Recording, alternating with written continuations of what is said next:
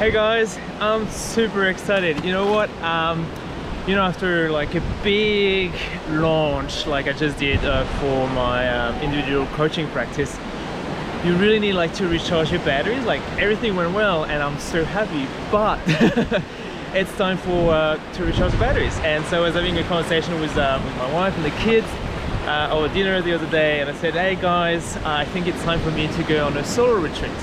And my wife and I and my kids have been doing that for a while, so they knew it. And my wife goes, okay, how long are you going for? I said, thinking one night. And she goes, what? You're gonna leave only for one night?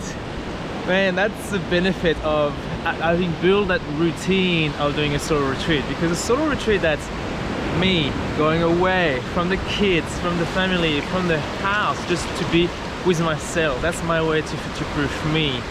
And then to future-proof my family and my business, because I'm going to be doing a lot of thinking and reflection during that solo retreat. The question is, where should I go? I mean, hotels are starting to open, Airbnb, like should I be close to the water? And what should I do during that solo retreat? So ask yourself that question.